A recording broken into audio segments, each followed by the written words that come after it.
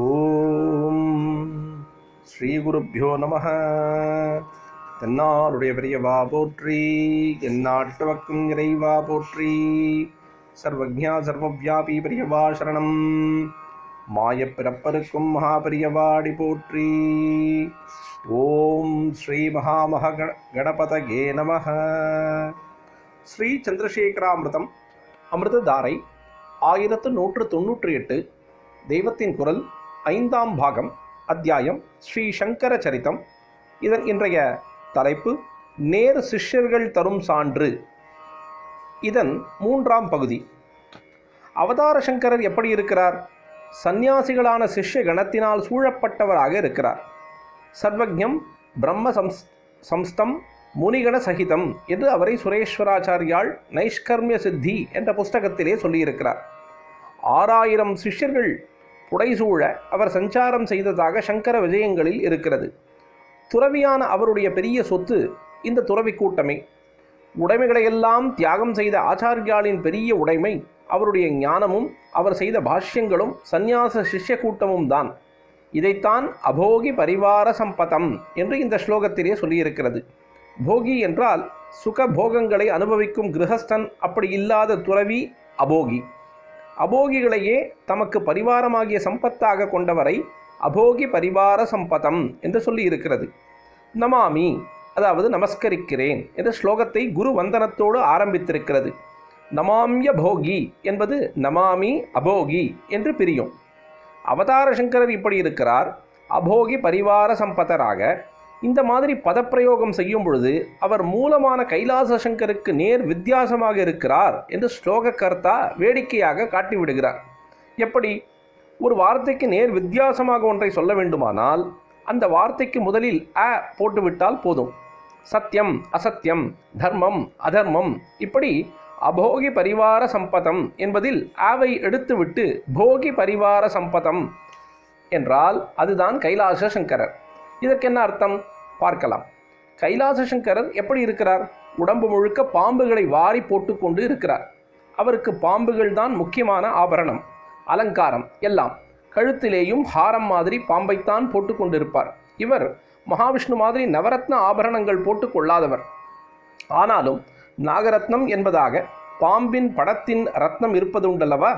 அதனால் இவர் ஹாரங்களாக போட்டுக்கொண்டுள்ள பாம்புகளின் படத்தில் உள்ள ரத்னங்கள் இவருடைய ஸ்பட்டிகம் போன்ற தேகத்தில் செக்கச்சவேல் என்று டால் அடிக்கும். இப்படி ஆச்சாரியாலே ஒரு இடத்தில் வர்ணித்திருக்கிறார். ரூக்ஷ சக்ஷு ஸ்ருதிகண பண ரத்னௌக பாபீஷ்ண சோபம் ஸ்பட்டிக மணிஷிலா மண்டலாபம். சக்ஷு என்றால் கண், ஸ்ருதி என்றால் காது. சக்ஷஸ்ருதி என்றால் கண்ணையே காதாக உடைய கட்சவியாகிய பாம்பு. கைலாச சங்கரர் பாம்பு கூட்டத்தையே ஆபரணமாக அணிந்திருக்கிறார். பாம்புக்கு இருக்கும் பல பெயர்களில் போகி என்பது ஒன்று. போகம் என்பதற்கு உள்ள அநேக அர்த்தங்களில் ஒன்று பாம்பின் படம் என்பது. அந்த படத்தை உடைய பாம்பு போகி. போகி பரிவாரம் என்றால் பாம்பு கூட்டம். பாம்புகளால் நன்றாக நெருக்கி சூழப்பட்டிருப்பதை குறிப்பதாகவும் சொல்லலாம். பரிவார என்பதற்கு இப்படியும் ஒரு அர்த்தம் செய்யலாம். தம்மை சூழ்ந்து தழுவிக்கொண்டுள்ள பாம்புகளையே செல்வமாக ஆபரணமாக ஹாரமாக கொண்டுள்ள கைலாச சங்கரர் போகி பரிவார சம்பதர் என்று ஆகிவிடுகிறார். சம்பத் என்றால் செல்வம் என்பதோடு அலங்காரம், குறிப்பாக ஹாரம் என்று சொல்வது உண்டு. இந்த எல்லா அர்த்தப்படியும் அவர் கைலாச சங்கரர் போகி பரிவார சம்பத்துக்காரராக இருக்கிறார். இவர், அதாவது அவதார சங்கரர், அதற்கு நேர் எதிர் மாதிரி முதலில் ஒரு ஆ சேர்த்து கொண்டு அபோகி பரிவார சம்பத்துக்காரராக இருக்கிறார். இவருக்கு இன்னும் என்ன லட்சணங்கள் இருக்கின்றன? சிஷ்ய கூட்டத்தையே செல்வமாக கொண்ட இவர் லௌகீக செல்வங்களை எல்லாம் துச்சமாக தூக்கி எறிந்தவர். இவர் நிரஸ்த பூதி. பூதி என்றால் செல்வம். நிரஸ்த என்பது வேண்டாம் என்று தூக்கி எறிவதை குறிக்கும். இப்படி இருப்பதிலும் இவர் கைலாச சங்கருக்கு நேர் வித்தியாசமாக இருக்கிறார். இவர் பூதியை வேண்டாம் என்று தள்ளுகிறார் என்றால் அவரோ பூதியை வேணும் வேணும் என்று வாரி பூசிக்கொள்ளுகிறார். பூதி என்றால் இந்த இடத்திலே விபூதி என்று அர்த்தம். பூதி என்று சொன்னாலே போதும், வி என்பதை சேர்த்தால் விசேஷணத்தை குறிப்பதற்காகத்தான். பூதி அல்லது விபூதி என்பதற்கு திருநீரு என்று அர்த்தம். அஷ்டமா சித்தி என்றும் 8க்கும் கூட விபூதிகள் என்றுதான் பெயர். இந்த 2 அர்த்தத்திலுமே கைலாச சங்கரர் விபூதிமயராக இருக்கிறார். காடுடைய சுடலை பொடிபூசியன் உள்ளம் கவர்கள்வன் என்று முதல் தேவார பாட்டிலேயே சொல்லியிருப்பது போல அவர் சர்வாங்கமும் விபூதி பூஷணராக இருப்பதில் பிரியர். அதோடு அஷ்ட சித்திகள் என்கிற அற்புத சக்திகளுக்கு உறைவிடமாகவும் பரமசிவனையே சொல்வது வழக்கம். அஷ்டசித்தி அஷ்ட விபூதி என்பது போல அந்த 8ம் அஷ்ட ஐஸ்வர்யங்கள் என்றும் சொல்லப்படும். ஐஸ்வர்யம் என்பதற்கு அர்த்தமே ஈஸ்வரனுக்கு உரியது என்பதுதான்.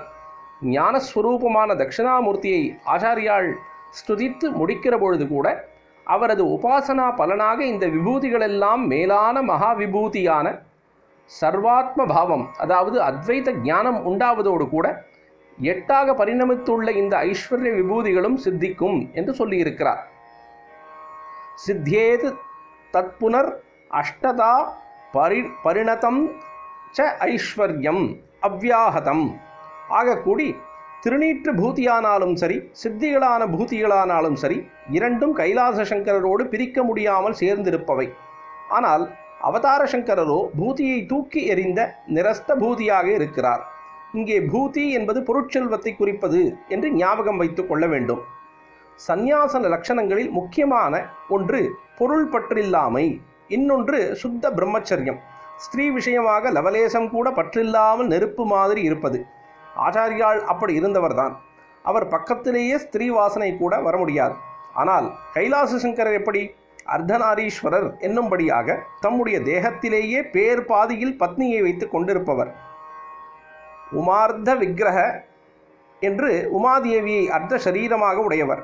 ஆச்சாரிய அவதாரமோ அவள் சம்பந்தமே இருக்கப்படாது என்றுதான் சந்நியாசியாக ஏற்பட்டது என்று பார்த்தோம். சங்கர நாமம் கொண்டவராக இருக்கிறாரே, சங்கர அவதாரம் என்றும் சொல்கிறாரே, அதனால் அம்பாளை சரீரார்த்தமாக கொண்டவராக தரிசனம் கொடுப்பாரோ என்று அவரை பற்றி முழுக்க தெரிந்து கொள்ள அதை யாராவது வந்து பார்த்தால் ஏமாந்துதான் போவார்கள். அவர் உமார்த்த விக்கிரகராக இருக்க மாட்டார். இதையே வேறு தினசில் சொன்னால் அனுமார்த்த விக்கிரகராக இருப்பார்.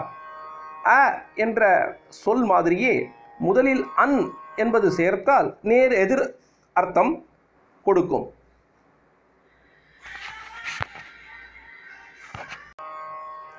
உயிரெழுத்துகளுக்கு முன்னால் எதிர்பதத்தை காட்ட அன் சேர்க்க வேண்டும்.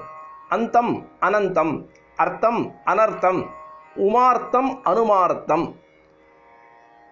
நமாம்ய போகி பரிவார சம்பதம் நிரஸ்தபூதி அனுமார்த்த விக்கிரகம்.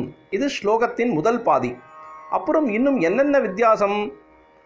அமிர்தம் தொடர்ந்து பொழியும் பிரதோஷ சங்கர பிரத்யக்ஷ சங்கர.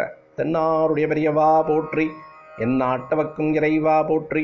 சர்வஜா சர்வவியாபி பெரியவா சரணம். மாயப்பிறப்பருக்கும் மகாபெரியவாடி போற்றி.